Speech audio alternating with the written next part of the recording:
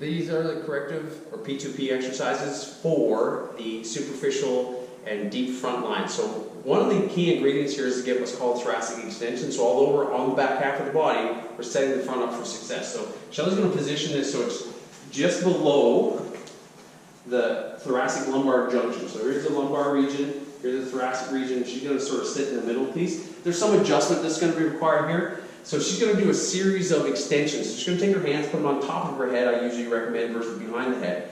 What she's going to do, she's going to breathe.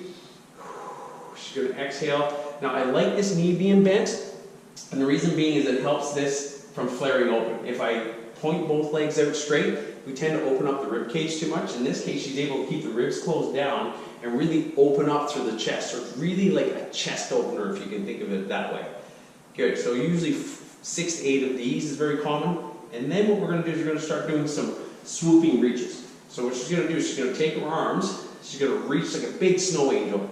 And that really helps open you up. And you'll notice she's quite restricted on the left side. She goes back, and you can see that the left side sort of lags behind the right just a little bit. So I might even go back and assist that left side because I am the trainer, right? So again, what I like about this knee is it stops that rib cage from popping open too much. So again, 6 to 8 of these passes, and this really does help mobilize the thoracic region. Okay, so that's one. Then we're going to do what we're going to call it the pulmonary respiratory, okay, or the CPR, right? So we're going to use the ball, we're going to use it in vibration. She's going to put it up on the pecs in a high elbow position. So she's going to put both hands on.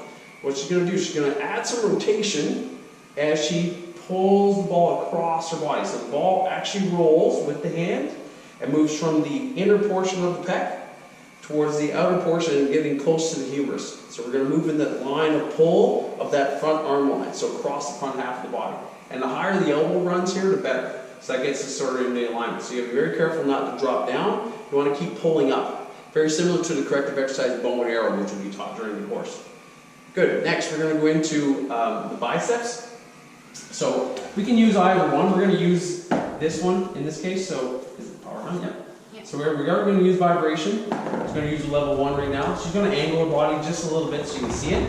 So what she's going to do is she's going to run from the front of the shoulder down along the front of the bicep, trying slightly different angles. So you know she's sort of, yeah, there you go. So you want to get right along the inside edge of the arm as you're moving through here.